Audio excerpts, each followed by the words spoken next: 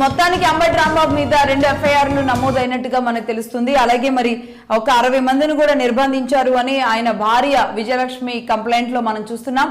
మరొక వైపు మరి టీడీపీ శ్రేణులు ఎవరైతే ఆందోళన చేశారో వారికి సంబంధించిన మరి పలు సెక్షన్ల కింద మన కేసులు నమోదయ్యాయా, అయ్యే అవకాశాలు ఉన్నాయా, దానికి సంబంధించిన డీటెయిల్స్ అయితే ఇంకా రాలేదు. వచ్చిన తర్వాత మనం మాట్లాడదాం.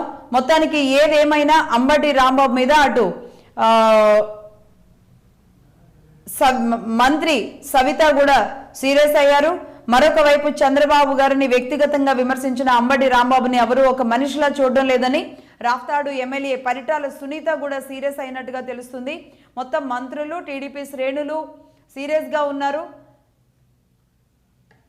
అంబటి రాంబాబు క్షమాపణ చెబితే సరిపోయేదానికి కావాలనే దీన్ని ఉధృతం చేస్తున్నారని వైసీపీ ఇంకాస్త కవ్వించి పార్టీ శ్రేణుల్ని ఇబ్బంది పెడుతోందని, ఆనాటి నుంచి ఈనాటి వరకు ఇదే తంతు కొనసాగుతుంది అనేది టీడీపీ వర్గం చెబుతున్న మాటలు. అలాగే వైసీపీ నుంచి ఇప్పటి వరకు కూడా ఏ పార్టీ అంటే వైసీపీలోని ఏ స్థాయి నాయకుడు కూడా దీని మీద స్పందించని పరిస్థితి ఉంది. దీనికి ఫుల్ స్టాప్ పెడుతూ వైసీపీ నుంచి ఎలాంటి చర్య కూడా కొనసాగని పరిస్థితి ఉంది.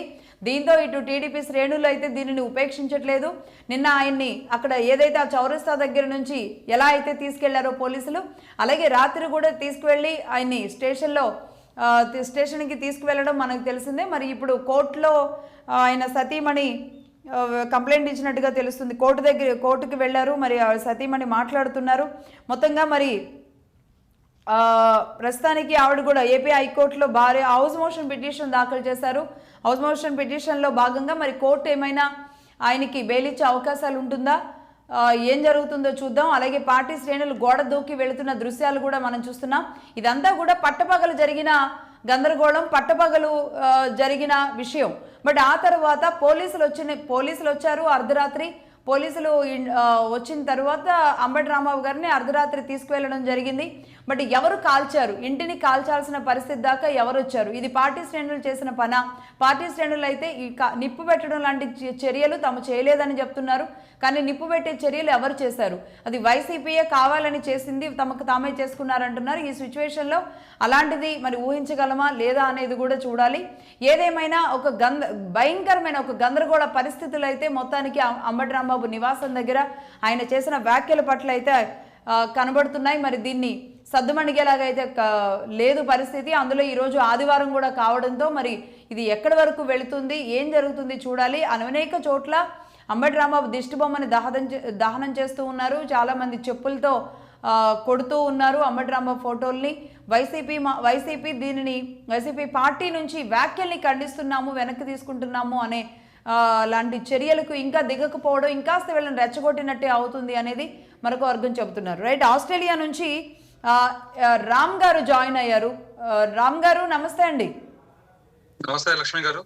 రామ్ గారు, ఈ చర్య పట్ల అంటే టీడీపీని ముఖ్యంగా చంద్రబాబు నాయుడు గారిని తిట్టడం అనేది పరిపాటిగా పెట్టుకున్న వైసీపీ నాయకులు, ఇది మీకు ఏం కొత్త ఏం కాదు. బట్ ఎందుకు అంటే ఈసారి అనేది అంటే ప్రతిసారి ఇదే జరుగుతుంది కాబట్టి ఈసారి అనడం కూడా అది సమంజసం కాదేమో. కానీ ఇప్పుడు అధికారంలో ఉండి కూడా ఇలాంటి మాటలు పడుతున్న సిచ్యువేషన్ని ఎలా చూస్తారు? కరెక్ట్ అండి, కరెక్ట్ చెప్పారు. అధికారంలో ఉండి కూడా ఇలాంటి మాటలు పడడం అనేది ఇదే కరెక్ట్ పాయింట్ మీరు చెప్పింది. ఇది ఈ అధికారంలో లేనప్పుడు కూడా ఇలాగే పడుతూ వచ్చామండి. మా టీడీపీ నాయకులు మేమందరము అధికారంలో ఉండి కూడా ఇలాగే పడుతున్నాము.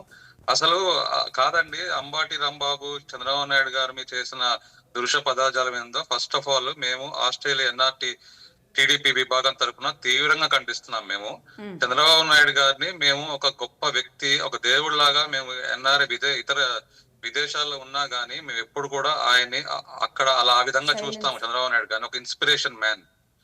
చంద్రబాబు నాయుడు గారు ఆంధ్రప్రదేశ్ ని ఉమ్మడి ఆంధ్రప్రదేశ్ అప్పుడు ఇప్పుడు విడిపోయిన తర్వాత కూడా ఆంధ్రప్రదేశ్ ని గ్లోబల్ మ్యాప్ లో పెట్టిన